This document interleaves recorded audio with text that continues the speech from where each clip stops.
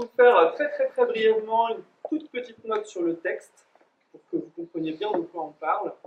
Le texte s'appelle L'apathie pour débutants. C'est un texte de Jonas Hassan-Kemiri, qui est un Suédois, donc c'est un texte traduit en français. Et il parle en fait d'une affaire qui a réellement existé.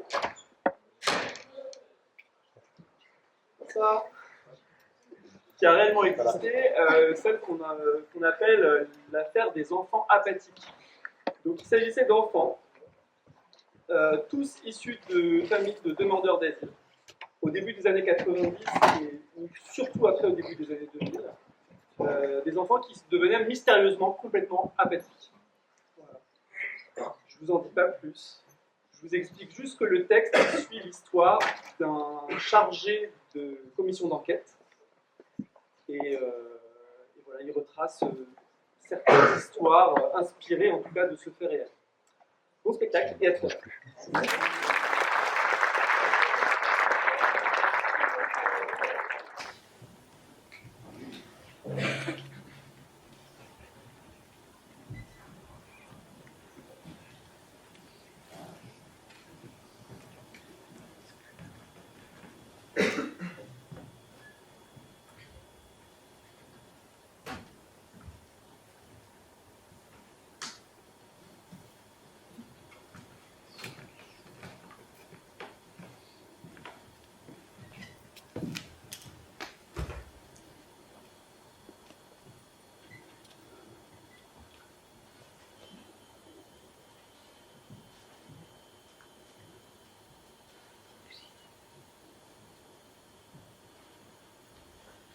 Hé, je sais que tu m'entends. Tu veux savoir comment je le sais? Parce que je fais partie de toi. J'habite dans ton cerveau. Je ressens tout ce que tu ressens. Je sais tout ce que tu sais. Eh, c'est flippant, hein? Là, à cet instant précis, je sens la peur qui monte en toi, la chaleur qui envahit ta poitrine, ton pouls qui bat plus vite, ton front qui perle, la peur qui prend le dessus. Et là, je sens ton bras droit qui commence à te démanger. Ah, c'est insupportable. Tu la sens, cette démangeaison qui t'envahit. C'est comme des milliers de petites fourmis qui courent sur ton bras. Comme des milliers de petites fourmis qui piquent et qui... Démasqué. La ferme. Wow, mais quelle répartie! Pourquoi je me tairais? Y a que toi qui m'entends. Je n'existe que dans ton petit cerveau. Ton petit cerveau tout gris, tout étriqué, perdu dans ta grosse tête. Il est pas si petit que ça. Quoi? Il est pas si petit que ça. C'est pas la première fois que je t'entends dire ça, hein. Qu'est-ce que tu me veux au juste? Moi? Oui, toi. Tu peux pas juste me lâcher. Sérieusement, j'ai fait tout ce que j'ai pu. Tout ce que t'as pu, toi? T'as même pas levé le petit doigt? Mais arrête. J'ai organisé des interviews, j'ai élaboré un plan. T'as pas levé le petit doigt. Arrête. J'étais du côté des enfants. J'ai fait tout ce que j'ai pu pour les défendre. Ouais, c'est ça, c'est bien ce que t'as fait. Mais t'as jamais terminé ton rapport. Et t'as jamais pris position. Alors que tu es un grand rhétoricien. Mais oui, t'es une sorte de génie social. Un homme de parole qui ne se ridiculise jamais. Jamais. D'ailleurs, tu veux pas nous raconter ce que tu faisais à ton petit rendez-vous amoureux au printemps dernier? Dis-nous. Bah, ça s'est bien passé. Ouais. Mais elle m'intéressait pas. Mais si, raconte-nous comment ça s'est passé. Bah, c'était juste un premier rendez-vous. On est allé au restaurant, on a mangé. Voilà, c'est tout. Et l'ambiance était comment? Au début, c'était un peu tendu. Genre nerveux, mais normal. Après, ça allait beaucoup mieux. Jusqu'à ce que... Ouais. Ouais. Eh ben Ouais. Ouais, mais c'est de sa faute parce que c'est elle qui a commencé à parler de l'Asie. Oui, mais c'est toi qui as continué en lui racontant la diarrhée foudroyante que t'avais eue à Istanbul. Oui, mais c'était plus pour être drôle. Dans le moment, dans le contexte, c'était drôle, c'était très drôle. Très drôle. Hilarant. Et tu veux pas nous raconter aussi ce que t'as dit l'autre jour à ta nouvelle voisine? Oui. Qui ça? Ta nouvelle voisine, la jolie brune. J'étais ultra stressé. Ouais, sans blague. Qu'est-ce que vous vous êtes dit quand tu l'as cogné dans la cage d'escalier, là? Pas salut, mais... Allez, dis-le! Ça pue. Et t'as pas du tout honte. Elle a très bien compris ce que je voulais dire. Et dernière chose, raconte-nous comment s'est passée cette pendaison crémaillère. Laquelle? Mais si, souviens-toi! Cette fête où t'étais il y a quelques années. Juste après ton divorce, Non, je me souviens pas. Oh, que si tu te souviens. on était là, on buvait des punch, on trinquait avec la maîtresse de maison, on collait une fille dans un coin, et on lui a même fait un cours de 10 minutes sur L'importance de la critique des sources. Bien sûr que tu t'en souviens. Elle était mignonne. Après, elle est allée aux toilettes. Du coup, bah, on a fait semblant d'envoyer des SMS. Quel loser. Et puis, tout à coup, il s'est passé ça.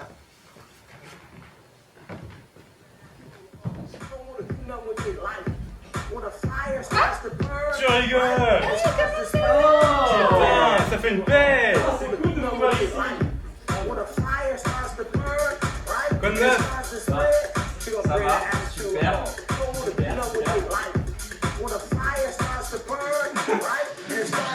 C'est qui?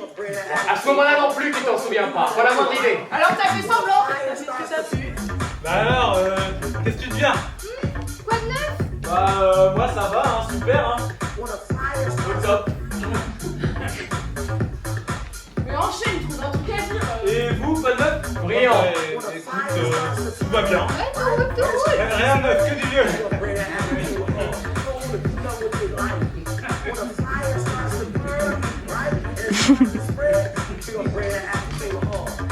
Et sinon, tu fais quoi maintenant? Ouais, tu fais Sciences Po, toi, non? Ouais, et là je suis au chômage et je suis en plein divorce, je me sens très très seul.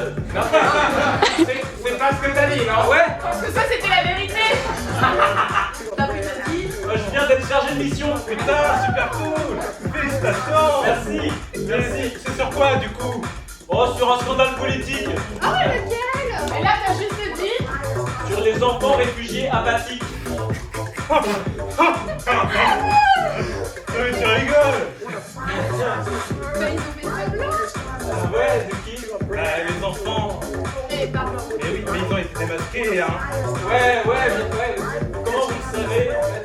Comment ça, comment? Mais tout le monde le sait. Tu te souviens pas que le coordinateur du gouvernement a écrit dans son rapport sur les enfants réfugiés apathiques que la manipulation faite par l'empoisonnement et la simulation fait partie des circonstances qui expliquent l'état d'apathie. Mais oui, mais tu te souviens pas que le chef du service de pédopsychiatrie de l'hôpital de Stockholm a raconté que les enfants apathiques se levaient la nuit pour aller piquer de la nourriture dans les frigos? Ah, et que la direction nationale des affaires sanitaires et sociales a dit que la situation était liée à de la manipulation.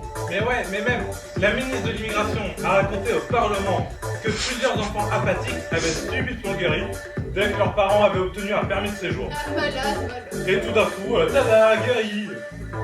Attends, ils viennent vraiment de citer de mémoire les ministres et les rapports de la direction des affaires sanitaires et sociales. Enfin, c'est comme ça que tu t'en souviens, en gros. T'as répondu. Ah, moi j'étais pas d'accord.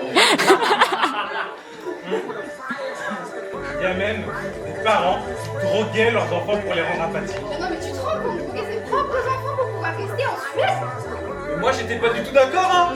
Ah non, je secouais la tête très fort comme ça de gauche à droite pour montrer que j'étais pas du tout, mais alors pas du tout d'accord. Même pas. Ah ouais? T'as pas bronché. T'as pas ouvert la bouche. Ils achetaient genre des pas de voyage, permis de séjour, tout inclus.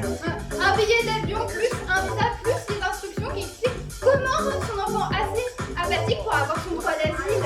Et ton seul commentaire a été... Putain, mais c'est dégueulasse. Ouais. Tu l'as vraiment dit comme ça. C'est dégueulasse. C'est dégueulasse. Et ça fait une paix! Et le lendemain, tu t'es réveillé avec la gueule de bois et t'as décidé de commencer à faire des recherches pour découvrir la vérité sur les enfants apathiques. Exactement. Et ensuite, il s'est passé 4 longues années où tu n'as strictement rien fait. Peut-être. Ouais. Mais là, quelque chose se passe en toi. C'est comme si tu voulais faire une dernière tentative. Tu entends une voix en toi qui te persuade de commencer à récolter des témoignages. Ok. Ouais. La voix te dit, cette fois-ci, tu n'abandonneras pas. Pour une fois, tu vas aller jusqu'au bout de quelque chose.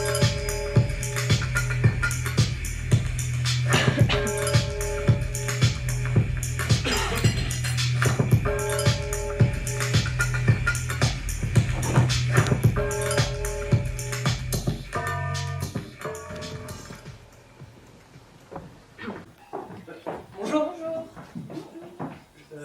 Je peux... Ouais. Bah, tu peux rapprocher.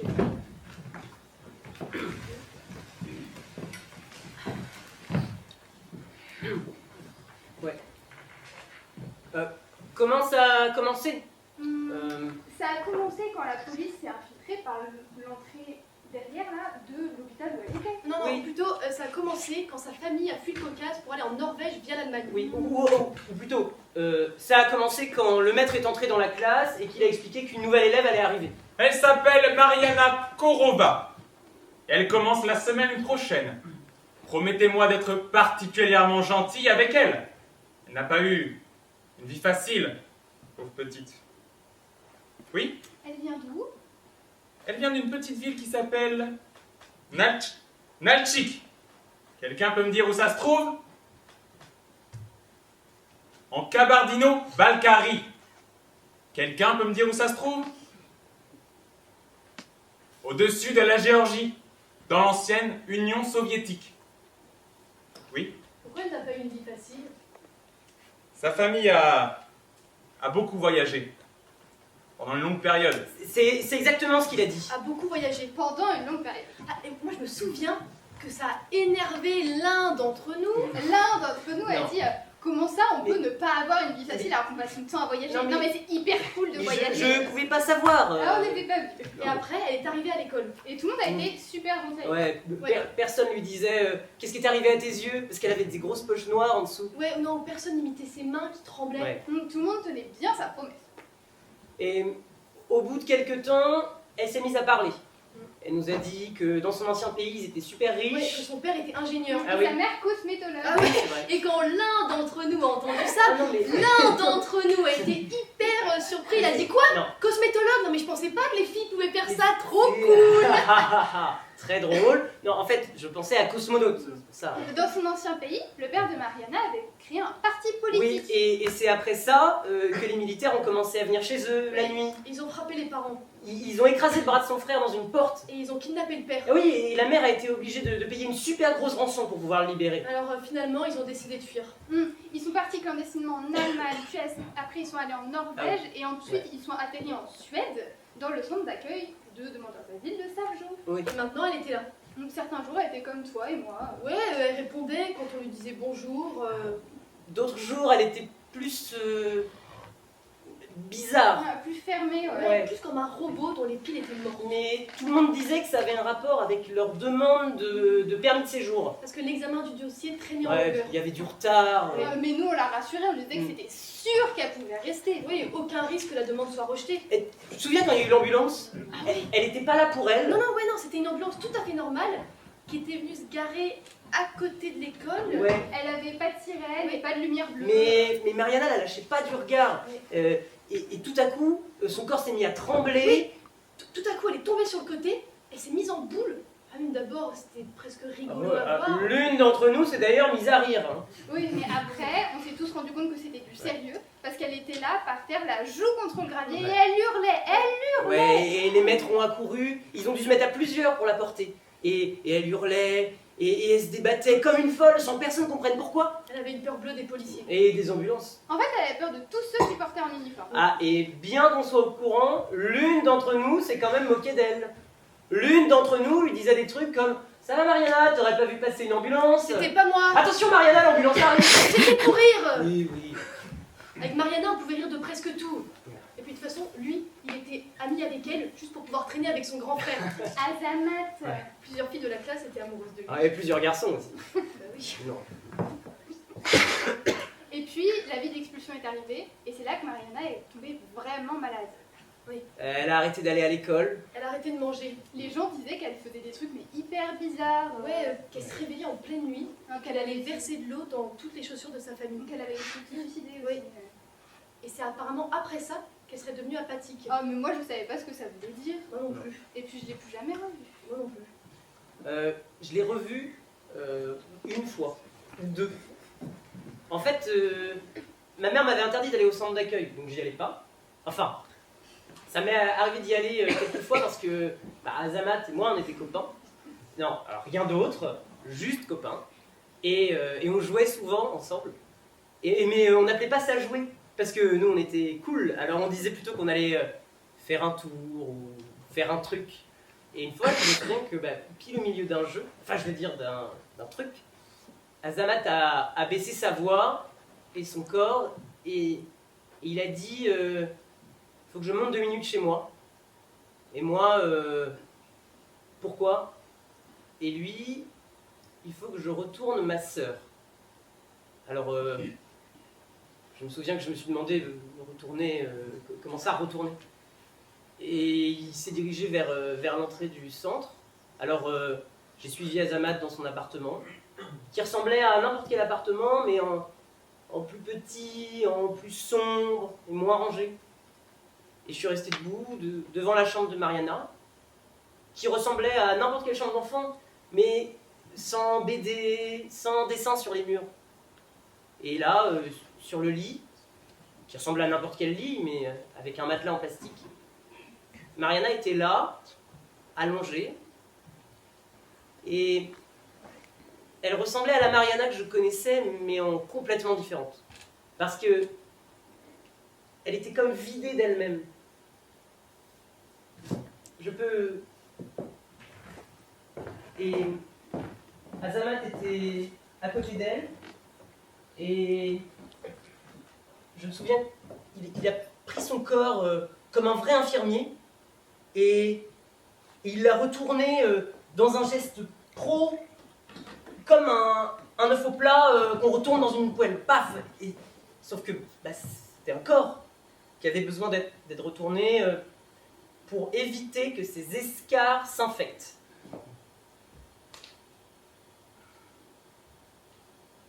Un filet de bave a coulé de la bouche de Mariana, et Azamat l'a essuyé avec la paume de sa main. Et je me souviens que c'est à ce moment-là qu'on a entendu un petit bruit qui venait de sa couche, et un nuage d'odeur de pipi. Elle devait avoir 10 ans, ou elle venait d'en avoir 11. Je me souviens que Azamat s'est essuyé la main sur son jean, et je me souviens que ses pas étaient plus rapides pour sortir de la chambre que pour y entrer. On s'est précipité vers la cage d'escalier, on a dévalé les marches, on a couru dans la cour ensoleillée, et je suivais son dos, et je me souviens que j'ai souri quand Azamat est enfin redevenu lui-même. Enfin redevenu celui qu'il aurait toujours dû être.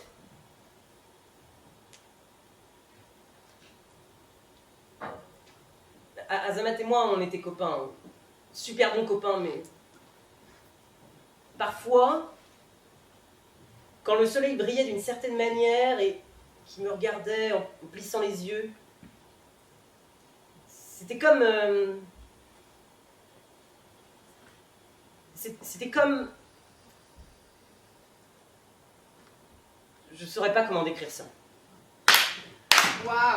Quelle histoire! Quoi? Juste quelques questions.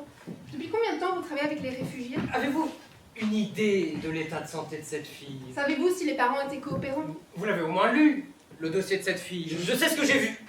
Il y a voir et voir. Moi aussi j'ai vu certaines choses. Tout le monde a vu quelque chose.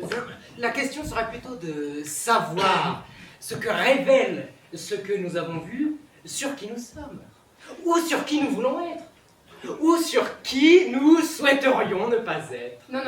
La question est de savoir qui a vu la vérité. Vous l'avez vu, vous? Non, pas nécessairement.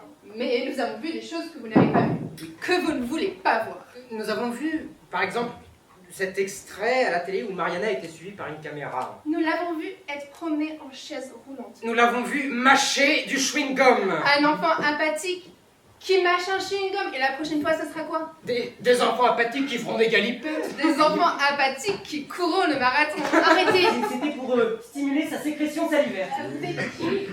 On est deux comédiens et on joue le rôle du psychologue et de la fonctionnaire. Attends, tu travailles où, toi? À l'Office national de l'immigration et de l'intégration. Alors c'est toi? Oui, c'est moi qui ai traité le dossier de cette famille conformément au règlement mis en C'est toi? C'est toi la pourriture qui les a tués? Bon, je vais être franche avec vous. Hein. Les parents de Mariana étaient très peu coopérants. Mais toi, tu vas mourir, toi! Tu calmes. Essaye plutôt de verbaliser ta colère. Merci. Quand cette pauvre petite est tombée malade, et je crois vraiment qu'elle était, ou bien... Rien ne prouve qu'elle simulait. Quand cette fille est tombée malade, comme on le prétend, les parents ont tout de suite compris que ce serait leur unique chance. Ils ont réalisé qu'il serait difficile pour nous de les expulser. Ils avaient donc une raison pour, comment dire, ne pas faire de leur maximum pour que leur enfant guérisse. Et qu'est-ce que tu ressens lorsqu'elle dit ça? Je ressens que j'ai envie de m'approcher d'elle, de mettre mes mains sur ses épaules. Bien. Et après? Et lui foutre un coup de boule, ultra violent, pleine gueule. Ok. D'après nos informations, les parents n'en ont pas fait assez. Par exemple, ils n'ont absolument rien fait pour stimuler la fille. Elle est restée allongée dans un lit là, c'est presque comme Mais si... vous n'en savez rien! Du calme. Mais une fois, son père a fait tout le chemin de chez lui jusqu'au centre, juste parce qu'un psychologue de merde avait dit que les parents faisaient pas assez d'efforts! Qui c'est que t'appelles psychologue de merde? Et comme par hasard, on a tout de suite vu des signes d'amélioration chez la fille. Impossible! Non, elle était à sa place dans la classe, elle avait les mains qui tremblaient comme ça. On a et- vu certains signes d'amélioration. Mais après, elle s'est fait pipi dessus et son père a dû la ramener jusqu'au centre! Et qu'est-ce que vous ressentez lorsque vous entendez tout ça? Et vous, qu'est-ce que vous ressentez? Vous avez de la merde dans les yeux ou quoi? Vous ne voyez pas jusqu'où ces gens peuvent aller pour rester? Ils sont désespérés, ils sont prêts à tout. Ils peuvent même menacer de mort la fonctionnaire qui est responsable de leur famille. Alors, rappelez-nous ce qui s'est passé. Une plainte pour menace de mort qui a eu pour résultat la police qui est venue chercher le père pour l'interroger. Ils l'ont menotté, ils l'ont forcé à s'asseoir sur la banquette Non, arrière. non. Tout s'est fait dans le calme. Tout était perdu d'avance. Au commissariat, le suspect a demandé l'eau aux toilettes. Il a sorti une lame de rasoir. Une fois aux toilettes, il s'est ouvert superficiellement le bras gauche. Le sang giclé, il a eu 13 points de suture. Ce n'était pas un suicide. 13 points de suture à l'avant-bras! Je répète, ce n'était pas un suicide. C'est taillé des veines avec une putain de lame de rasoir, ça te suffit pas? Mais putain, si tu me dégoûtes, t'as vraiment pas de cœur! Du calme, du Toi, calme. tu peux rester calme si tu veux, c'est un psychologue de merde! Moi, j'en peux plus. Quelques semaines plus tard, la famille était close. Ça, on peut le dire. Ou plutôt, quelques semaines plus tard, la famille a été expulsée de force. Une équipe pro de la police a pris contact avec la mère de la fille. Des policiers se sont introduits dans le service d'urgence où se trouvait Mariana. Ils sont passés par la porte de service pour éviter de croiser les photographes et les journalistes qui attendaient devant. Ils ont jugé injurieux de laisser la fille être photographiée vu son état. Ou plutôt, il ne voulait pas qu'on voit débrancher de son goutte à goutte une fille qui, en plus, avait une peur bleue des policiers et la mettre dans une ambulance. Hein. C'était pour le bien de cette fille. Ou plutôt, ils ne voulaient pas qu'on les voie vérifier que sa mère n'avait pas de micro caché. Alors à ce stade-là de l'affaire, la mère n'était pas du tout coopérante. La mère a été embarquée de force, la fille emmenée à 300 km de là. Le père et la fille se sont retrouvés au centre de rétention de Malmö. Le père, les poignets en sang, la fille apathique, la mère embarquée et le fils disparu. On s'est occupé de la famille. Et moi, je vais m'occuper de toi, tu vas voir! Sale pourriture de merde! C'est toi qui les as tués! Mais personne n'est mort enfin. On a envoyé la famille en Allemagne pour leur cas soit examiné, c'est tout. Et qu'est-ce qui s'est passé avec la plainte contre le père? Quoi? Il avait été condamné pour menace de mort, non? Oui, raconte-nous. Qu'est-ce qui s'est passé avec cette plainte? Après une enquête plus poussée, il s'est révélé que la plainte déposée contre le père concernait en fait un autre homme. Quoi? Elle s'était trompée de personne. Cette espèce d'idiote! C'était un malentendu. Elle avait confondu le père de Mariana avec quelqu'un d'autre. Ce sont des choses qui arrivent malheureusement. Mais maintenant, avant qu'on se dise au revoir, on sait tous ici que la vraie moi, pas la comédienne qui dit ces mots, mais la fonctionnaire de l'Office national de l'immigration, ne s'est jamais laissée interviewer. Elle n'a jamais prononcé les mots que je prononce en ce moment. Ça, on le sait, oui. Mon vrai moi a choisi de ne pas s'exprimer sur de cas particuliers. Mes répliques sont donc plus ou moins fictives. Par contre, dans quelques secondes, je vais faire une déclaration authentique provenant de mon vrai moi, qui s'est quand même exprimé une seule fois sur le cas de Mariana. Vous êtes prêts? La voici.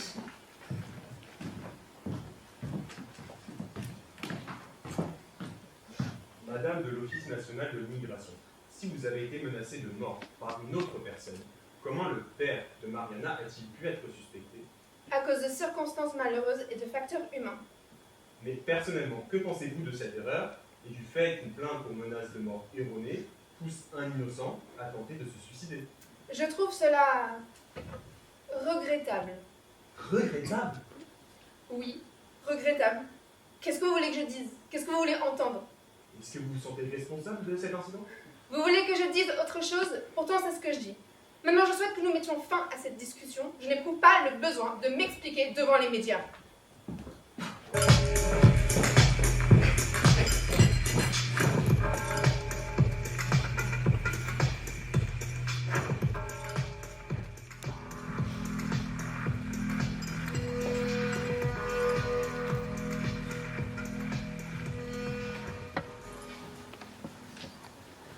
Maintenant, j'aimerais que nous mettions fin à cette discussion.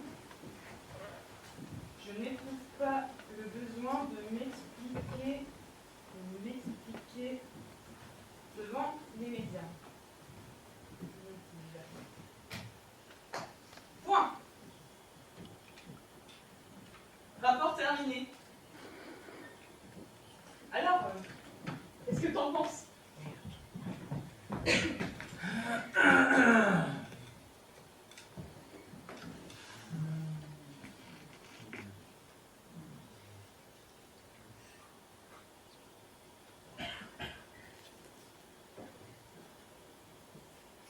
Bah, on peut pas dire que ce soit le rapport le plus touffu de l'histoire du monde.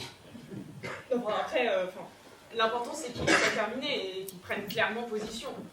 Enfin, Juste par curiosité, quelle quantité d'infos t'as rassemblé tout seul? C'est pas que basé sur des interviews faites par d'autres. non, pas que. Super. Et me dis pas que t'es parti que d'un seul cas. Non, mais enfin, l'important c'est qu'il soit terminé et qu'il dise clairement qui se cache derrière tout ça. Et c'est qui? Mais les agents, c'est marqué là, noir sur blanc. Ils sont vraiment ignobles. Qui ça? Mais c'est pourriture de fonctionnaires. Franchement, quelle conception de l'homme ils ont là. Rien que de penser à ça, ça me dégoûte quoi. Enfin, c'est comme l'autre là, à l'Office national, qui faisait péter le champagne chaque fois qu'un cas difficile était expulsé. Alors c'était une mousse. Mais c'est pareil. Mais attends, et l'autre là, à l'Office national Dédé Mora, qui a été filmée alors qu'elle disait « Regarde-moi dans les yeux ». Un Irakien malvoyant, regarde-moi dans les yeux, on n'est pas tes parents. Et si en rentrant chez toi tu te suicides, c'est pas mon problème. Putain, mais elle mérite une balle dans la tête là. Pile en pleine gueule quoi. Putain.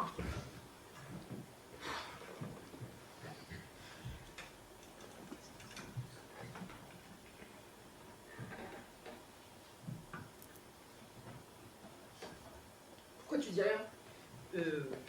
Je réfléchis. T'es pas fier de moi? Si. On va pas fêter ça? Bientôt. Mais soudain, tu entends une voix. Arrête. Ces fonctionnaires. La ferme. Est-ce que tu peux vraiment tout leur mettre sur le dos? Oui, c'est de leur faute. Surtout la coordinatrice nationale. C'est elle qui a répandu toutes ces fausses rumeurs là. Bien sûr. C'est mal incarné. Je te laisse croire ça. Tu te souviens le jour où ta mère est rentrée à la maison après 9 heures de travail dans ses Birkenstock usés? Ta mère. Après avoir passé 9 heures à essayer de réhabiliter des toxicomanes internés de force, 9 heures en équipe du soir, alors qu'elle a toujours essayé d'aménager ses horaires de travail. La ferme. Et bah tu la revois là, dans l'entrée. Son corps semble être transpercé par des secousses. et tu te souviens que ton cœur cogne fort dans ta poitrine lorsque tu t'approches de l'entrée où sont posés les sacs de course aux poignets déformés. C'est toi qui aurais dû faire les courses, mais t'as fait exprès d'oublier. Et maintenant ta mère est là, accroupie, et quand tu t'approches, tu entends sa respiration forte et saccadée qui s'intensifie. Et tu vois le regard effrayé de tes petits frères qui essayent tant bien que mal de la rassurer, qui lui disent « Non maman, maman, non! Ne sois pas triste, regarde, on s'est déjà mis en pyjama !» Maman lève la tête, et maman sourit, sans sourire, derrière ses cils scintillants de larmes, et vous l'aidez à enlever son blouson. Vous portez toutes les courses dans la cuisine, et vous rangez toutes les courses dans la cuisine, même tout ce qui ne doit pas aller dans le frigo. Et les petits frères chuchotent. Qu'est-ce qui s'est passé? Et toi? Je ne sais pas. Et maman dit. C'est rien. C'est rien. Tout à coup, j'étais juste si... J'étais juste si... Ce n'est rien, excusez-moi.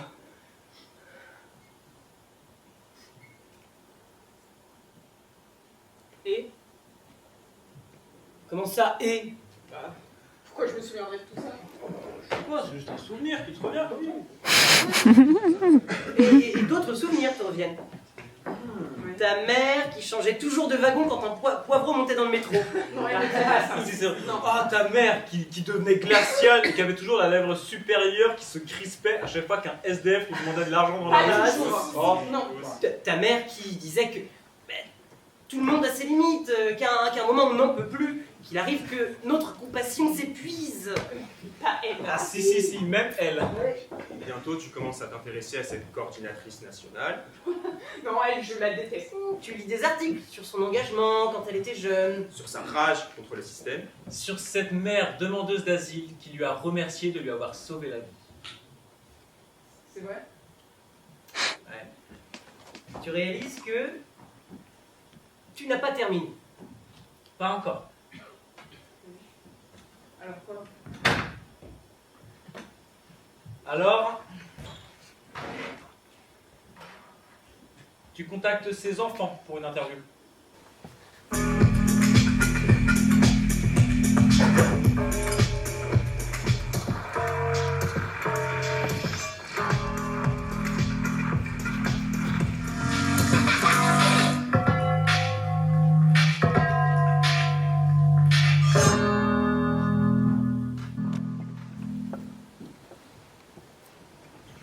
Bonjour. Bonjour. L'interview, ouais. Bonjour. Ouais. Enchanté. Merci. Tu es là? Ouais. Le café, on peut? Café? Ah ouais. Ouais, carrément. On dit bien, s'il te plaît.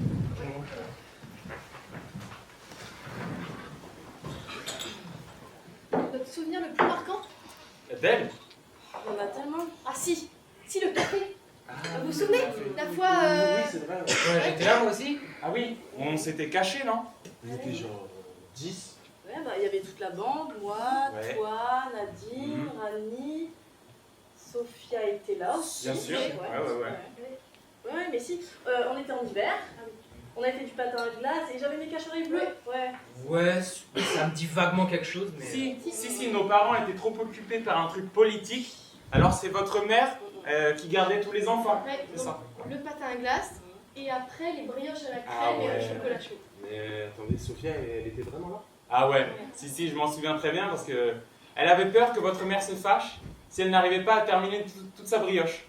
Alors bah, j'ai promis de l'aider, tu vois. J'ai dit ça comme un sacrifice, avec une voix de grand frère en mode t'inquiète, je t'aiderai. Mais en fait, j'espérais qu'elle n'arriverait pas à tout manger parce que j'adorais la brioche à la crème. Ouais, ce serait jamais fâché pour ça. De qui? Ma maman. Elle avait un sacré caractère, mais quand même. Tu te souviens de la dispute chez Ikea? Ah oui. Ouais. Maman a pété les plombs parce qu'à la caisse, Yves s'est rendu compte qu'il voulait une tasse rouge au lieu d'une tasse verte. Tu t'en souviens pas? Si, peut-être. Enfin là, elle était hyper stressée. Alors que ce jour-là, il n'y avait aucun stress. Vous en avez T'en as là? quel? Ouais. Je devais en avoir 5, tu devais en avoir 8. Ouais, c'est ça. Ouais, là j'avais 7 et j'allais en avoir 8.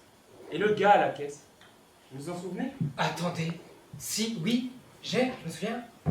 J'ai une vague image de maman qui est dans la queue du café, elle se tient devant la caisse, elle s'apprête à commander quelque chose, puis elle est en train de nous regarder en train de sourire, quand quelqu'un dans la queue dit quelque chose. Ouais, je sais plus exactement, un bonhomme dans la queue.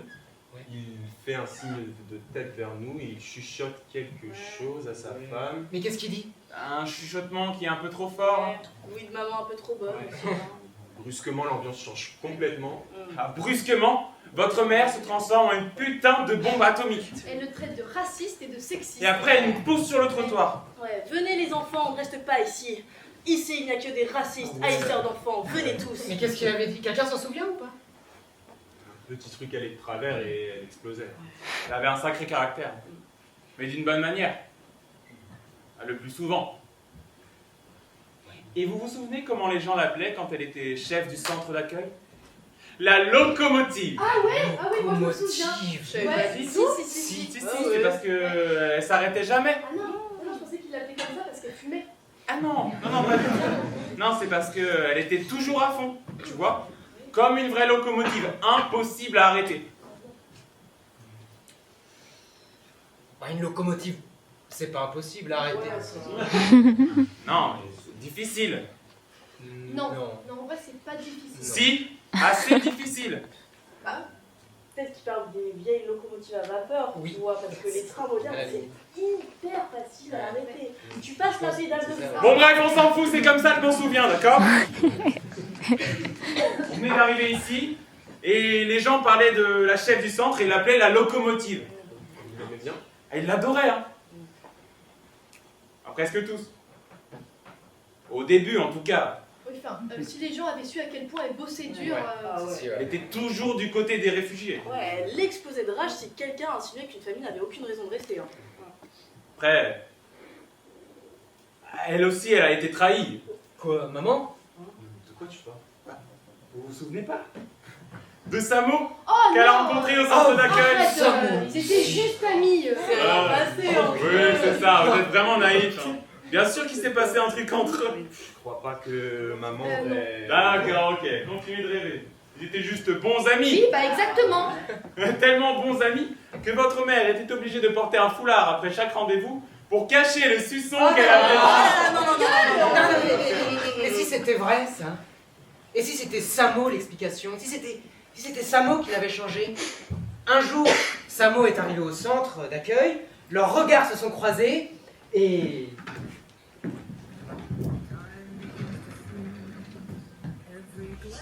I must tell you, you are the beautifulest woman that my eyes have ever watched. You are the light in the candle that burns my heart.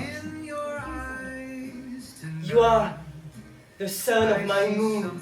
You are the ocean of my desert. You are the sparkle of the star in the darkness of the soul that is my lake. You know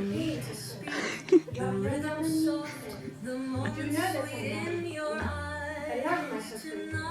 Very much. He's a sociologue and he plays the jazz. Do you play any instruments? I only play the instrument of love. And when I do play, I never stop. Because my heart is moved only by the beat of your breath. And I will never give it up. Oh wow, thank you very, very much. So that is very nice. Now it's just okay, but please, I must tell you, you do know I have no control over whether or not you get the permis de séjour. That is someone else's job, okay? Listen to me now, baby love. I have survived torture. I have survived electric shocks. I have survived weeks in boiling hot trucks. I have survived long nights in cold desert. I have seen dead bodies and motherless children. I have seen 8-hour TV specials about the Winter Olympics. Nothing matters. Because now I'm here with you. And you are the sky in the light of the sea of the moon of my sky. Attends, mais c'est passé quoi après? Bah après, peut-être que maman a aidé Samo à obtenir une attestation. I Amen. Et après, peut-être que Samo il s'est barré sans même donner d'adresse. See you later, stalkers. Et après, peut-être qu'elle a plus jamais entendu parler de lui, sauf quand elle a reçu une lettre avec un timbre étranger et son nom sur l'enveloppe. Et peut-être que quand elle a ouvert cette lettre, elle a peut-être compris qui était en réalité Samo. Pas un révolutionnaire. Pas une victime de torture. Non, juste un banal, je sais pas moi, installateur de frigo slovène. Qui s'est peut-être enfui en Suède pour peut-être se décharger de sa responsabilité de chef de famille. Moi, je trouve ça un peu trop simple. Je suis d'accord avec toi. Bon, revenons-en au fait. Que savons-nous? Le fait est que votre mère a changé avec les années. Ouais, exactement. Elle s'est mise à s'exprimer différemment. Elle s'est mise à dire il au lieu de nous à propos des familles demandeuses d'asile. Elle a commencé à comprendre que beaucoup de demandeurs d'asile n'étaient pas de vrais réfugiés. Pardon? Exactement. Bah, elle a réalisé que beaucoup venaient ici simplement pour trouver une vie meilleure. Quoi? Des intéressés économiques. Des touristes sociaux. Vous rigolez ou quoi? Putain, mais arrête, on parle pas de toi là. Franchement, il y a quand même qui naît ici juste pour avoir une vie meilleure. Ils arrivent ici avec une histoire apprise par cœur qui récite comme une leçon. J'étais engagé politiquement dans un parti révolutionnaire. J'ai été persécuté, j'ai été torturé. Oui, bon, bref. Vous savez ce qu'on mange ce midi? Et quand est-ce que j'aurai mon logement social en centre-ville?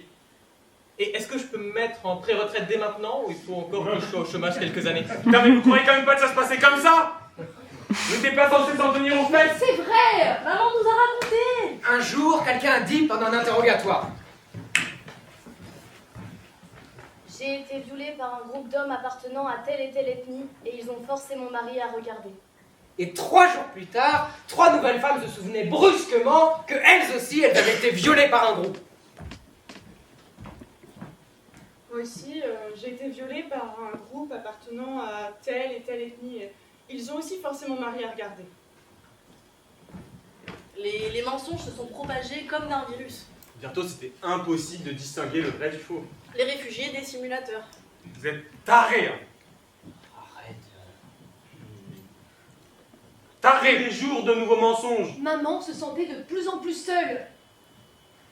De plus en plus isolés. Je comprends ce qu'elle ressentait. Seule, dans un monde de mensonges, Exactement, un monde de sourires hypocrites, de voilà. rumeurs. D'histoires inventées. Filtrés par les voix neutres des interprètes.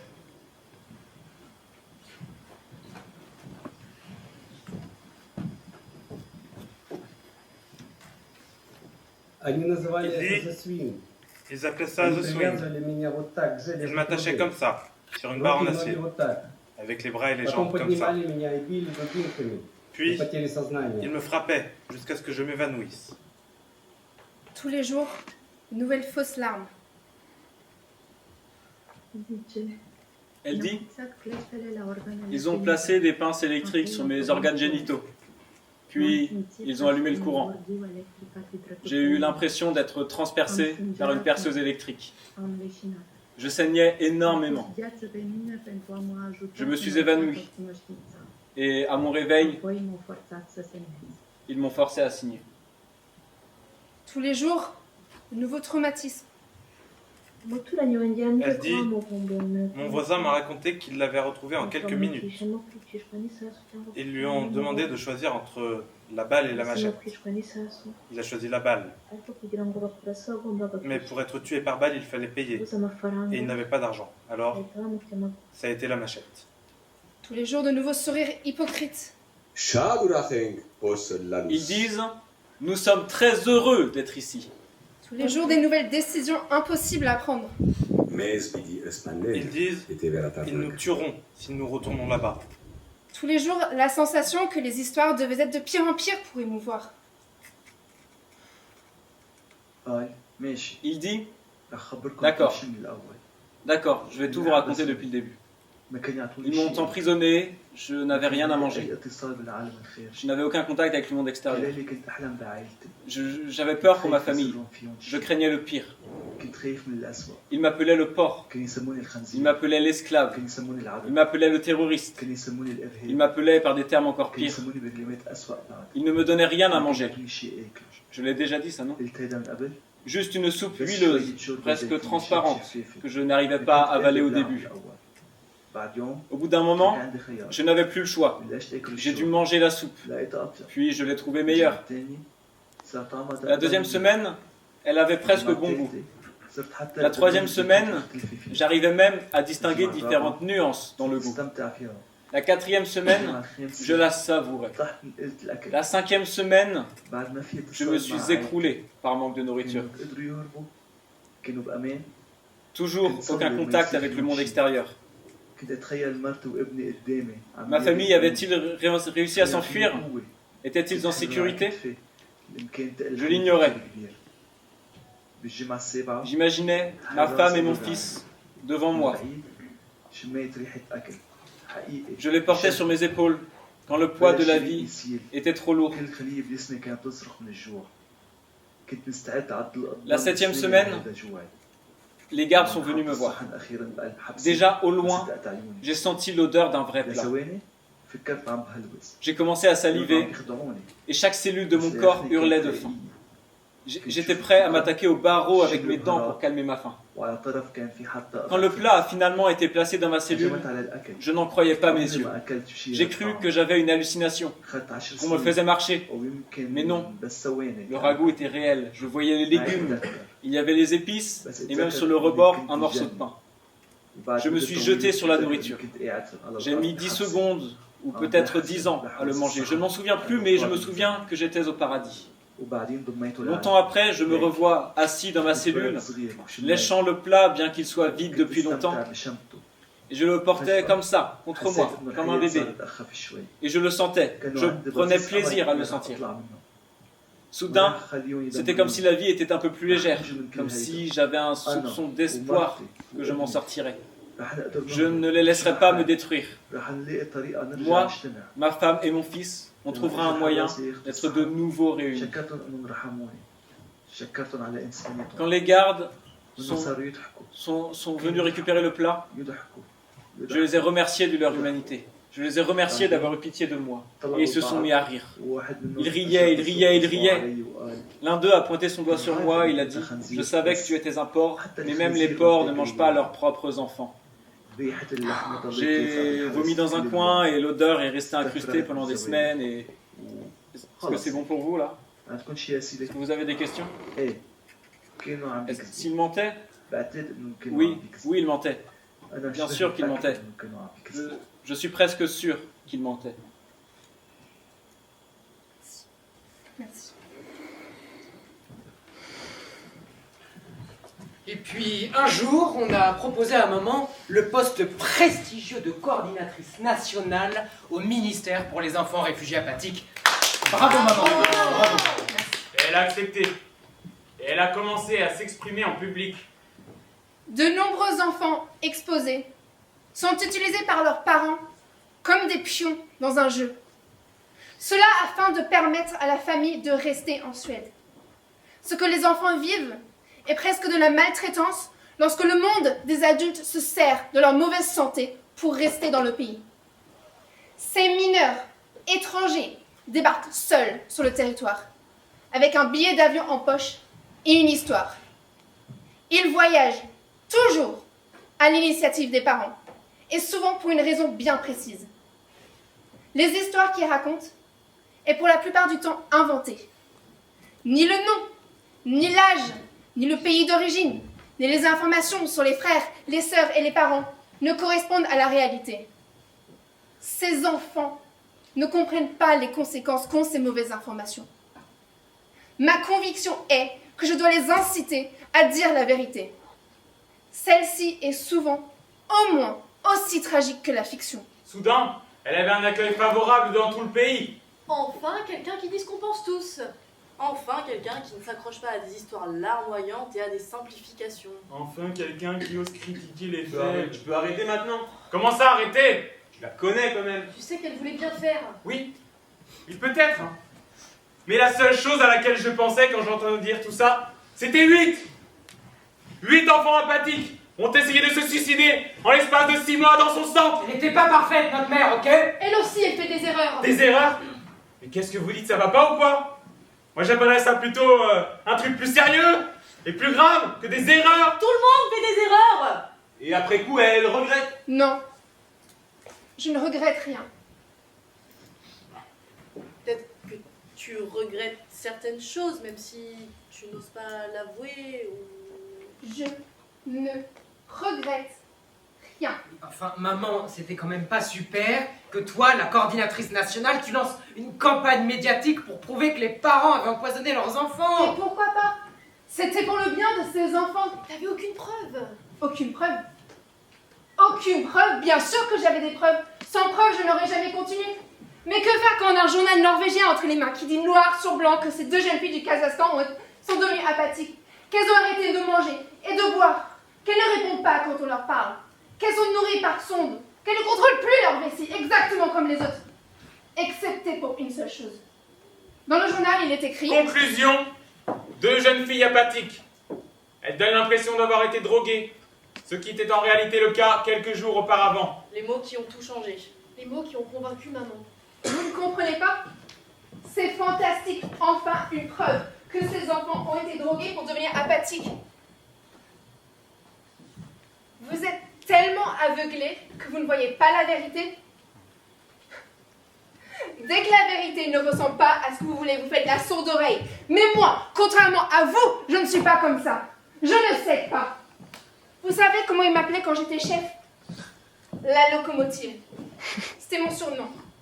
Et ce n'est pas parce que j'avançais sur les rails, ni qu'on avait du mal à m'arrêter, ni que je fumais. C'est parce qu'un jour, j'étais tellement investie dans une histoire de famille qu'un gars du Paraguay a dit qu'il devait avoir un motif fou derrière mon engagement.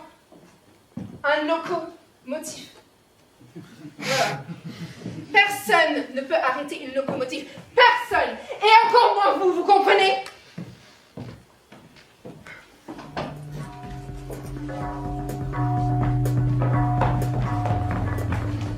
Il était une fois, il y a très très longtemps, Dans une toute petite ville, Une psychologue pour enfants très renommée. la coordinatrice nationale chargée des enfants réfugiés apathiques. Qui envoya un jour un mail d'avertissement à un médecin du service de pédopsychiatrie de l'hôpital de Souderham. voici ce qu'elle écrivit.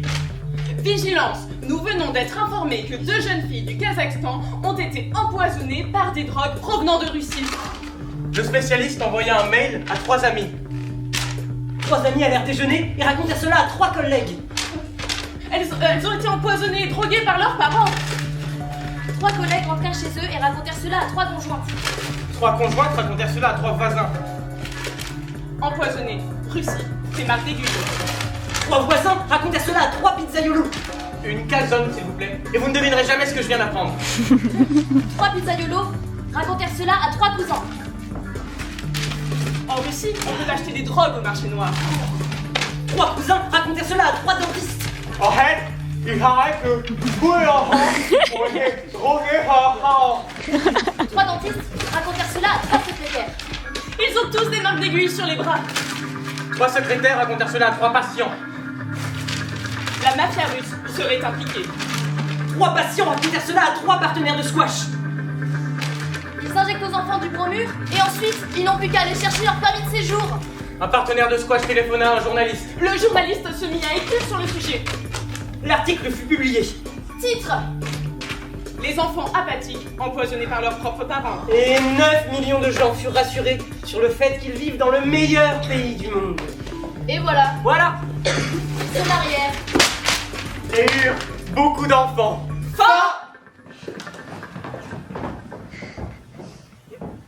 Il y a juste un petit problème. Qui est? Que le médicament utilisé dans l'unique cas documenté, c'était du Démérol. Un antalgique russe très puissant. Très puissant. C'est un calmant et un analgésique Qui vient de Russie. qui agit pendant 3 heures. Russe! Maman, pas un seul toxicologue au monde ne pourrait croire que le Démérol suffit à rendre un enfant apathique. Ah bon? Et ces deux jeunes filles du Kazakhstan, alors? Vous ne vous rendez même pas compte du fait qu'elles se sont rétablies dès qu'on les a isolées de leurs parents? Ce n'est pas vrai, tu dis ça dans toutes tes interviews, mais ce n'est pas vrai. Elles ne se sont pas rétablies. Elles ont continué à être apathiques. Quand elles ont été hospitalisées, elles étaient apathiques. Quand elles ont été mises à bord de cet avion spécial, elles étaient apathiques. Quand elles ont été reconduites à la frontière, elles étaient apathiques. Donc maintenant, tout est de ma faute, c'est ça? Non, personne ne dit que tout est de ta faute. Peut-être que tu n'as été qu'un pion dans cette grande machine. Peut-être que t'as juste dit ce que les politiciens voulaient que tu dises. Peut-être que tu as juste dit ce que les gens voulaient entendre. Et on ne peut pas t'accuser de ça. C'est la faute des politiques. C'est la faute du peuple. Pardon de t'avoir laissé faire.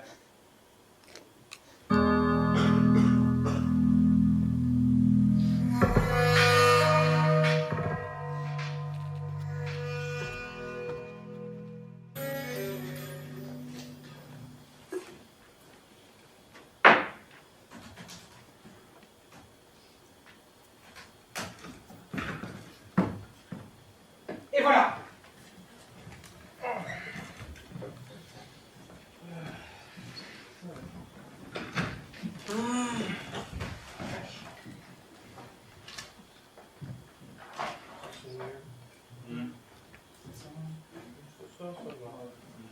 Qu'est-ce que t'en penses? Franchement, c'est... en fait, si on le regarde comme un rapport, c'est... Assez libre dans la forme, c'est vrai à dire. C'est ça. Oui, j'avais envie d'écrire un rapport qui soit pas comme un rapport classique. Hein. Ouais, mais du coup, le ton, il est pas... Complètement scientifique. Ouais, voilà. Ouais. Le contenu. T'as rien à dire sur le contenu?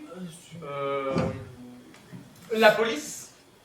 La police que tu as choisie est vachement cool. La police, c'est quoi comme police? Times New Roman, 12 points. Ouais, pas mal. Ouais. T'as rien d'autre à dire? Bah, C'est pas mal. oui. En fait, pour être honnête, on a quand même l'impression que t'inventes de plus en plus vers la fin. Ouais. La fin, elle est bien, non? D'abord, je me suis concentré sur les familles des réfugiés, après sur les fonctionnaires, et enfin sur les politiques. Ah oui. Tu trouves pas l'image des hommes politiques un peu... Schématique. Ouais. Mais comment ça? Enfin, faut bien que quelqu'un porte la culpabilité, vous voyez? C'est quand même eux qui ont voté et qui ont refusé l'asile aux enfants. Bien sûr. Ouais, mais tu vois, pourquoi à un moment tu dis que des hommes politiques entrent dans un magasin d'alimentation et essayent d'acheter des enfants apathiques au poids? On les voit comme des marchandises, comme des produits économiques, tu vois. Et la scène du feu? Elle est intense, non? Ce serait trop classe si quelqu'un faisait une version pour le théâtre. Il y aurait des effets de lumière, comme ça projetterait des grandes ombres sur le public, comme ça, comme du feu, parce qu'en fait, c'est l'enfer, c'est ça, c'est l'enfer. Et alors, les politiques, ils seraient comme ça, ils auraient des armes genre des mitrailleuses, ils seraient genre, et tout le monde crierait tout le temps, ce serait abominable. Et les enfants, ils seraient genre, non, attendez, me tuez pas. Et puis, il y aurait des pluies de lave, parce que c'est l'enfer, vous voyez, c'est ça. Il y a genre, tout le monde serait là comme ça, sous la lave, en train de couler. Il serait genre,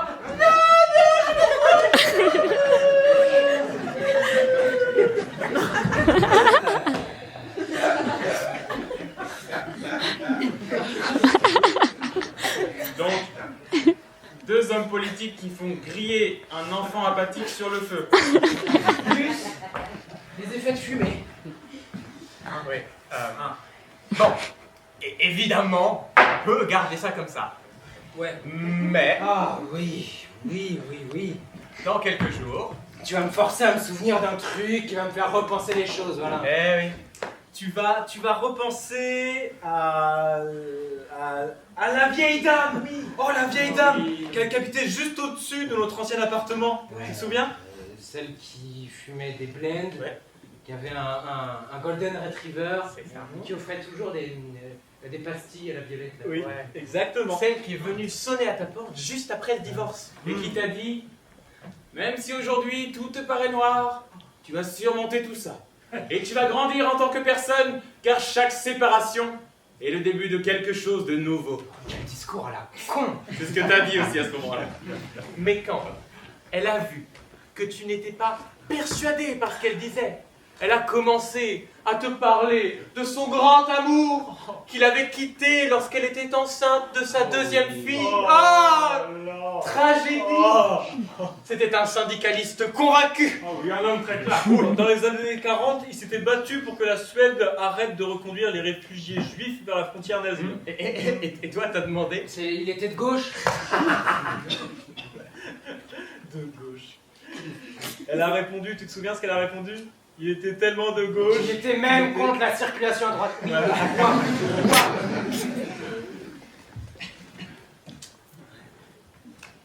Elle s'est penchée vers toi et elle t'a caressé la joue. Tu te souviens de son odeur, de son parfum, mélangé à la cigarette, de ses doigts secs et rugueux et de sa voix aussi. Et elle t'a dit, mais je lui ai pardonné. Parce qu'il arrive que même les gens bien fassent de mauvaises choses. C'était une dame bien. C'était une dame bien. Et ce n'est que quand elle est morte, que sa fille aînée est revenue du Canada et qu'ils ont découvert toute la propagande nazie qu'elle avait amassée à travers les années. Arrête. Quoi? Ça, c'est faux. Tu mens. Ah non, dans son entrée, il y avait un buste de Göring. Et c'est juste au-dessus de son lit, il y avait une grosse propagande encadrée ici, je te jure. T'inventes, c'est faux. Non. Tout son appartement était rempli d'aides et de symboles du Troisième Reich. Et dans le grenier, ils ont découvert des piles et des piles d'anciens journaux suédois nazis. Ouais. Dans le grenier. Ouais. On n'avait pas de grenier, on avait une cave. Oui. C'était dans la cave. Sombre et abîmée par un dégât des eaux. Oui. Oh ouais, la cave est sombre. Oui. Dégâts des eaux. Très très gros dégâts des eaux. Ah oui. Je me suis trompé, c'est bon ça. Ouais, je me souviens plus très bien après. Je confonds mes souvenirs, hein, mais on peut en discuter après. Oui, ça c'est pas non plus. T'es pas obligé de.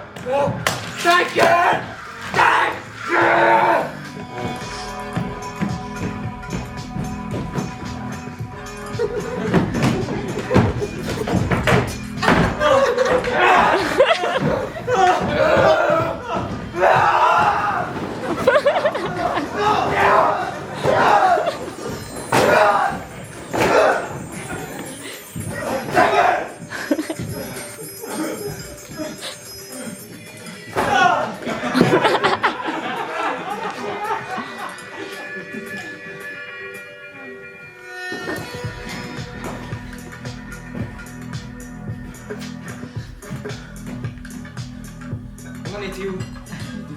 Ah, oui, les politiques.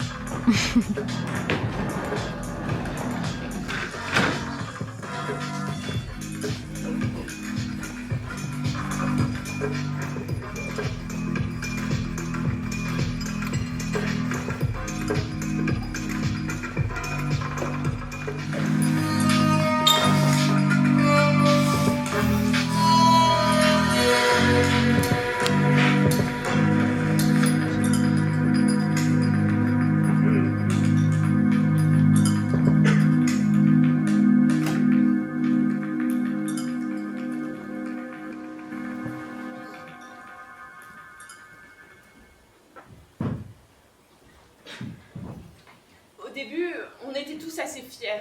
Ah oui, il faut bien le reconnaître, on n'était pas peu fiers. On racontait ça à toutes nos connaissances. Oui. On l'a aussi dit à Gosta, là-bas, à la salle paroissiale. Ah oui. Mais notre petite voisine, tu te souviens d'elle? Tu sais ce qui lui est arrivé? Elle est malade. Mais non. Elle est morte. Non. J'espère bien que non. Non, mais alors je sais pas. Elle est devenue ministre. Comment ça? Ministre. Elle fait partie du gouvernement. Ah oui. Du gouvernement. Bah ça alors. Et ça n'avait aucune importance qu'elle ne soit que ministre de l'immigration. Non, ça c'est sûr. La conférence de presse a été diffusée à la télé. Oui. Alors évidemment, on l'a regardée. Oui, on était assis là, dans le canapé. Oui, à regarder notre petite voisine. Dans les hauts lieux du pouvoir. Oui, elle était là et elle souriait. À côté de notre cher Premier ministre. On l'a considérée un peu comme notre fille, oui, c'est vrai. On n'en avait pas Monsieur de le Premier même, ministre, hein. ici s'il vous plaît là. Ouais, photo pour moi s'il vous plaît, attention, ouais. Ici, monsieur, pour la photo, s'il vous plaît, regardez ici. Comme ministre de l'immigration, j'ai nommé... Madame, Ouais, madame, s'il vous plaît. Madame, s'il vous plaît. Une seconde, s'il vous plaît, regardez-moi, photo. Merci. Merci beaucoup. C'est un grand honneur pour moi et un très beau défi. Merci. Bravo, ici une autre photo ensemble s'il vous plaît, là, serrez-vous la main, ouais, magnifique, super. Vous êtes prêts? Super, bravo, encore une autre. Une petite Question, minute, s'il vous plaît. s'il vous plaît. Ici, là, ici, s'il vous plaît, là. Mais à ce moment-là, on se doutait pas que les choses iraient de travers. Ah non, ça on pouvait pas le savoir. Elle a eu une sacrée poisse. Ah oui. Il faut dire qu'on suivait tout ça de très très près. Oui. Le premier enfant, ça a été cette fille, Mariana. c'est oui. ça. Mariana, Caro. Corova. Exactement. Voilà. Oui. Elle a été expulsée. Ah oui. Oui. Ensuite, il y a eu la jeune fille qui était malvoyante et elle risquait de devenir aveugle si elle bénéficiait pas des soins médicaux suédois. C'était Nadina quelque chose. Les gens, ils ont fait des attestations, les médecins, ils ont... Ah non, mais elle aussi, ils l'ont expulsée de force, hein. Oui. Exactement comme les autres, hein. Mais après, il y a aussi eu cette jeune fille d'une quinzaine d'années, Alissa. Elle avait très peur de l'avion. Oui. Alors, elle a demandé à prendre le train, normal, mais la police est venue la chercher de force et ils l'ont allongée et menottée sur une civière et ils l'ont mis à l'arrière de l'avion. On ne peut pas rejeter toute la faute sur la police. Non. Ils n'ont fait leur travail. Ah oui. Bien sûr, on a été triste quand on a vu les images à la télé. Et qu'on l'a entendu hurler. On aurait trouvé ça plus normal que les parents puissent faire des valises. Au moins prendre leur passeport. Et leur portefeuille. Et leur manteau. Dans un pays civilisé, aucune petite fille qui a peur de l'avion ne devrait être menottée et allongée de force sur une civière. Mais qu'est-ce qu'on savait de tout ce qui se passait dans les coulisses, hein. Et puis au fond, on ne s'est jamais vraiment occupé des réfugiés. Non, c'est vrai qu'on prônait une politique d'immigration assez restrictive. Oui. On a bien vu comme ils salissent. On a bien vu qu'ils payent pas leur impôt, hein. Oui. Et puis de plus en plus d'enfants sont tombés malades. Ah oui. Mais on a subitement réalisé qu'ils auraient pu être des nôtres. On a essayé de retenir leurs prénoms bizarres. De se mettre à leur place dans leurs histoires tragiques. Mais ce n'était pas facile, hein. Ils venaient d'endroits si lointains. Oui, ils avaient des prénoms si étranges. Et puis parfois, c'est vrai, il nous arrivait de transformer un peu leurs prénoms. Pour que ça soit plus facile de les distinguer. Il y avait cette jeune fille de 12 ans, Yanina, qu'on appelait Jenny. Voilà. Oui. Qui était apathique depuis plus d'un an. Il y avait aussi Elisa. Qu'on appelait Emma. Voilà. Qui avait vu un de ses camarades de jeu être déchiqueté par une bombe. Jeannot, qui avait 13 ans. Oui, Sacha. Qui avait essayé de se suicider. Sabina, qui avait 13 ans. Sabine. Oui, voilà. Qui avait essayé de se suicider. Mozafera, qui avait 13 ans. Oui,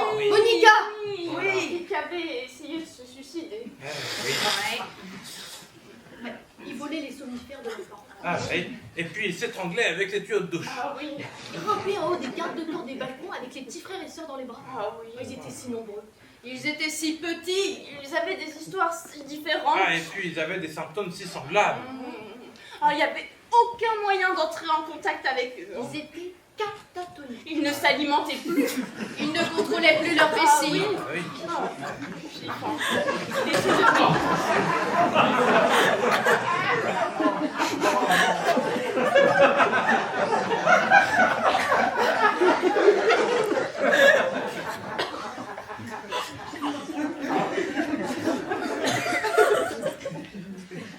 Il était devenu difficile de lire des choses sur ses enfants. Oui, oui, on se sentait un petit peu impuissant, c'est vrai.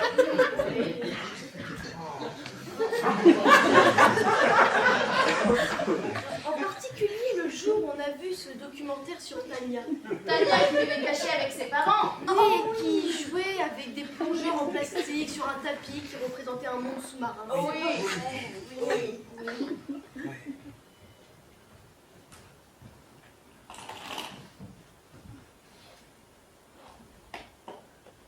Regarde.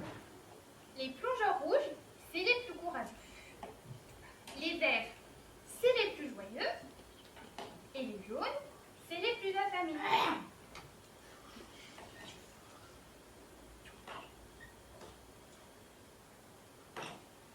Un jour, les soleils sont venus chez nous et ils ont frappé papa jusqu'à ce qu'il ait du sang sur son oreille. Ils n'ont pas non plus été gentils avec maman. Alors on est parti. Mamie voulait venir avec nous, mais quand on est passé la chercher, les soldats étaient déjà passés et ils avaient mis le feu à sa maison. Mais dans la nouvelle ville, tout était mieux, parce qu'il y avait des soldats, mais ils étaient plus gentils.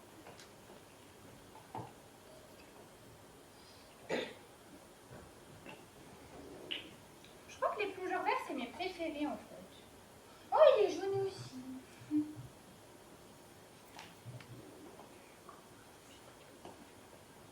Et un jour, un garçon est venu à l'école avec un pistolet alors que c'était interdit. Et il a tiré sur 2 maîtresses. Après, il a dirigé le pistolet sur lui et des petits bouts de sa tête ont atterri sur moi.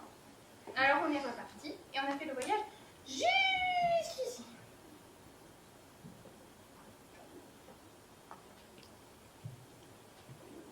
Ce qu'il y a de bien avec les plongeurs, c'est qu'il y en a, ils ont des caméras. D'autres, ils ont des pistolets à fléchettes. Et regarde, celui-là, on dirait qu'il tire la langue.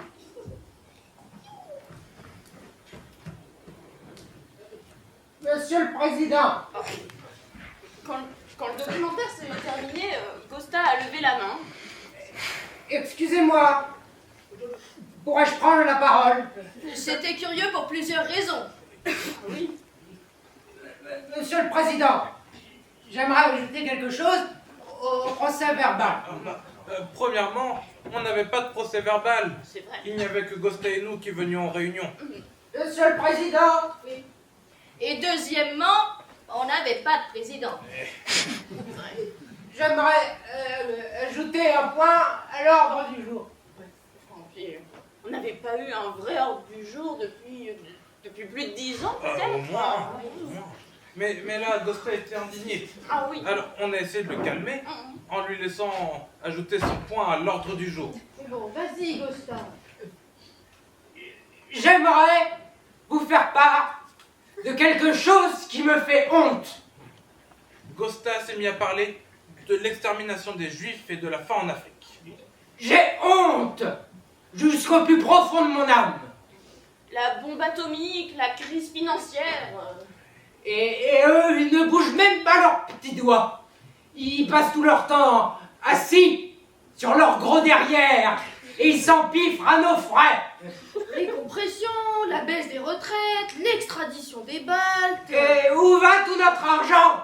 Ah, j'aimerais bien le savoir. Je savais pas où ils voulaient en venir. C'est vrai que on se regardait parfois en souriant sans qu'ils nous voient. Oui, ils sont exactement comme ça. Des crocodiles féroces et hargneux. Ils ont des grandes gueules, mais pas d'oreilles. Et qui? Quoi? C'est qui t'appelle les crocodiles sans oreilles Qui Tous ces politiciens arrogants, affamés de pouvoir et assoiffés de sang, qui augmentent leur propre salaire en même temps qu'ils expulsent des enfants malades jusqu'à l'autre bout du monde. Et puis, Costa s'est rappuyé contre le dossier de son siège les mains tremblantes. et tout essoufflé. Ce n'est que plus tard, en rentrant, qu'on a compris qu'il parlait en fait de notre petite voisine. Des traîtres, sans cœur et assoiffés de sang. C'était notre petite voisine qui était en train de provoquer un scandale.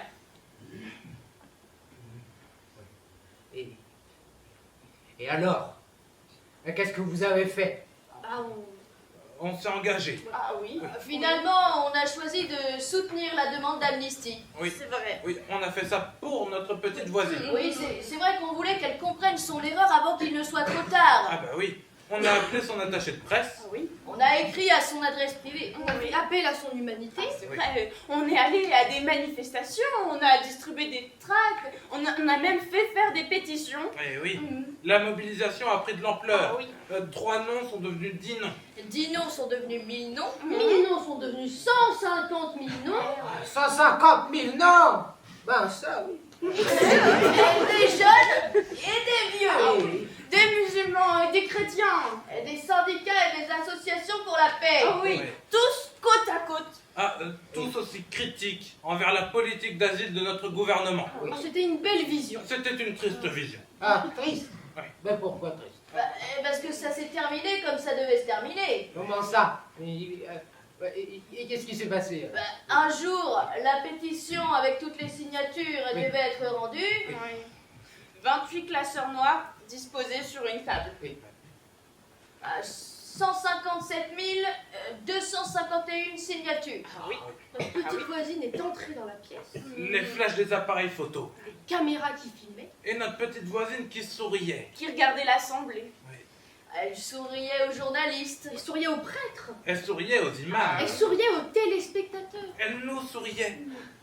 Et là, elle a posé sa main sur les 28 classeurs noirs et elle a dit merci infiniment. Je considère cela un grand soutien pour tout le travail que nous menons en ce moment.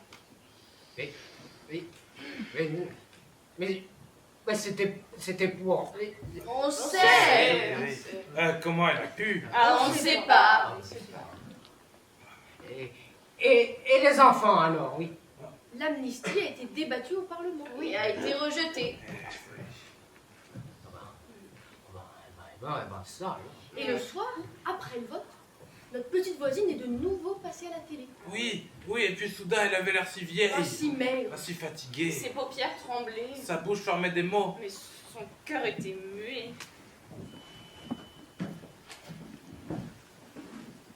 Ne pas accorder une amnistie générale était une sage décision.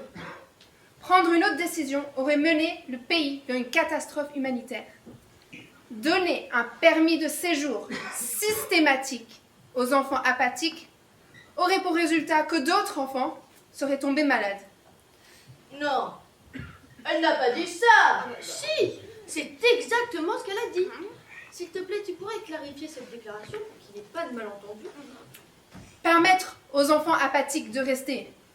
Vous me suivez? De rester ici en Suède. Cela mène à une catastrophe humanitaire. Donner un permis de séjour systématique aux enfants apathiques a pour résultat que d'autres enfants tombent malades. Non, je ne le crois pas. Elle n'est pas notre petite voisine. Elle ne comprend pas. Explique-lui comme à une enfant. Si on laissait tous ces enfants malades rester habités dans notre pays, il arriverait des choses très très mauvaises pour toi, pour moi et pour tous ceux qu'on connaît. En plus, d'autres enfants tomberaient malades. Et ça on ne veut pas. Hein. Et toi, qui vient d'un milieu social-démocrate? Ah, il ne comprend pas. Explique-lui avec des synonymes. Ne pas autoriser ces jeunes inactifs à faire une halte ici était une bonne résolution. Prendre une autre résolution aurait conduit la nation vers un désastre humain. Donner d'emblée une permission de résidence à ces gosses amorphes aurait pour effet qu'un nombre grossissant de gamins seraient frappés de santé précaire. Mais tu parlais toujours de solidarité envers les autres. Dis-le en anglais. It was a wise decision not to give a general amnesty. A different decision would have resulted in a humanitarian crisis.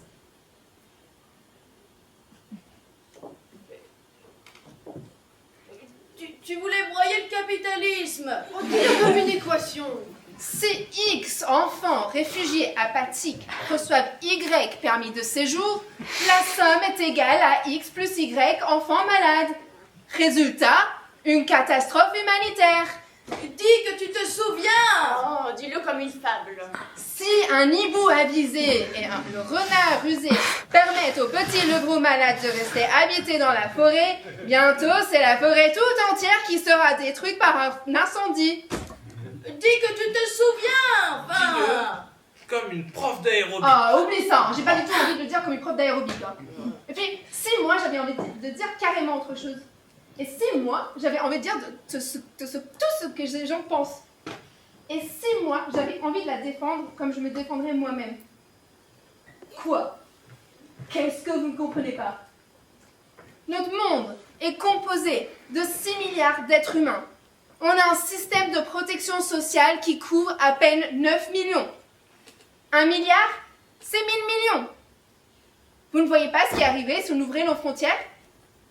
Vous ne comprenez pas les conséquences? Notre système de protection sociale s'effondrait en 2 secondes. Vous le savez, je le sais, tout le monde ici le sait. J'ai pris une décision que personne d'autre n'a voulu prendre. Je suis une héroïne.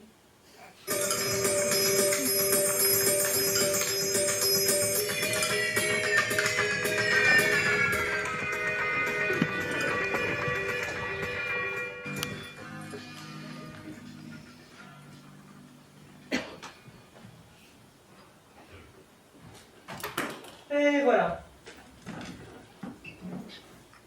Tout était terminé. Et toi, tu ne disais plus rien. À moins que... Bon, le reste, vous le connaissez sans doute déjà. Le rapport est devenu un livre. Le livre, une pièce de théâtre. La pièce fut créée. Et après, la pièce a été jouée. Le public est venu. Le public a applaudi. Le public a applaudi.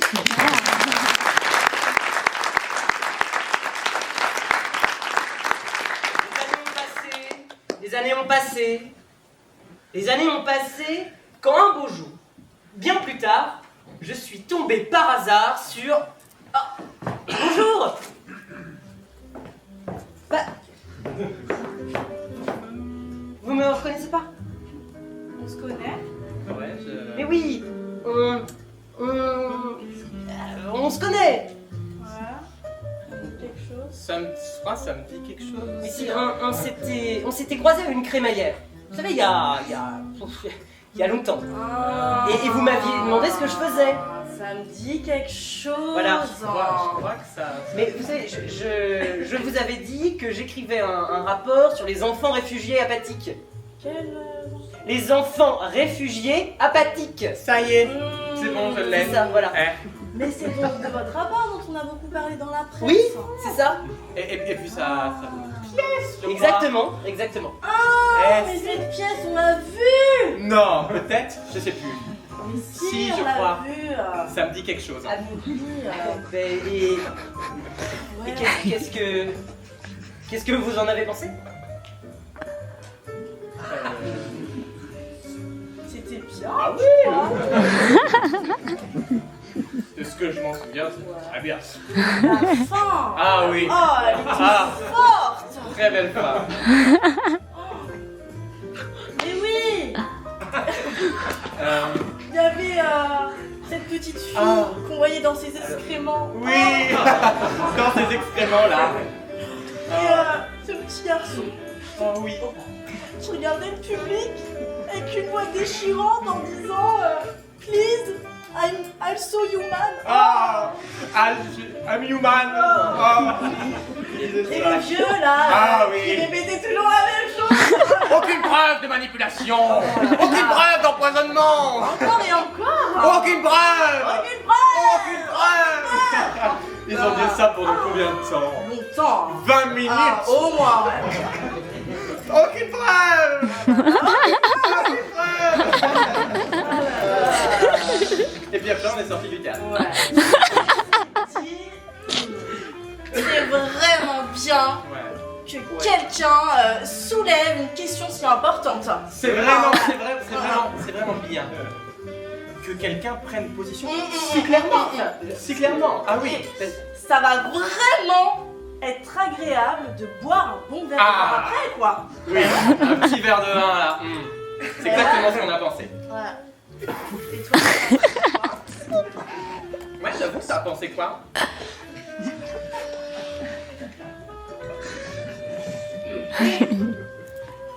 Dis quelque chose. Bon, Ne la laisse pas avoir le dernier mot. contente de t'avoir vu. Ouais, en il se tout fait tard, hein. cas, On y va. Allez, hein. C'était cool.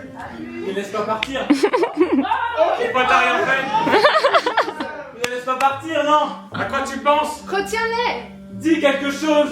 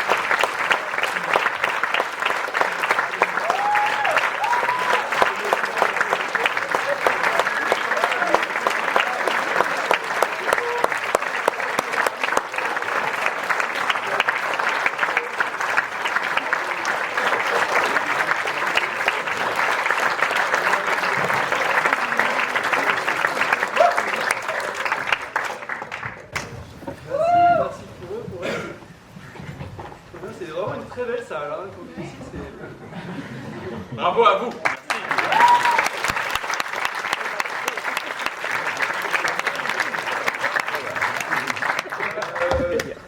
Je crois qu'il y a eu un seul problème, c'est la régie, c'est pas vous.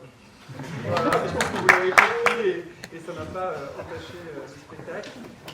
C'est voilà, ce sont les aléas du spectacle.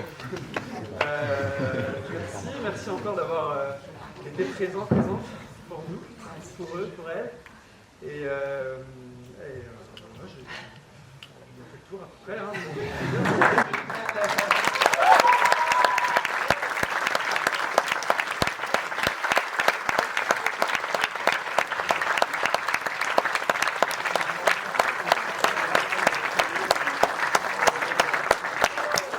Bien sûr, fidèle à ma réputation, le bar est ouvert. Ouais.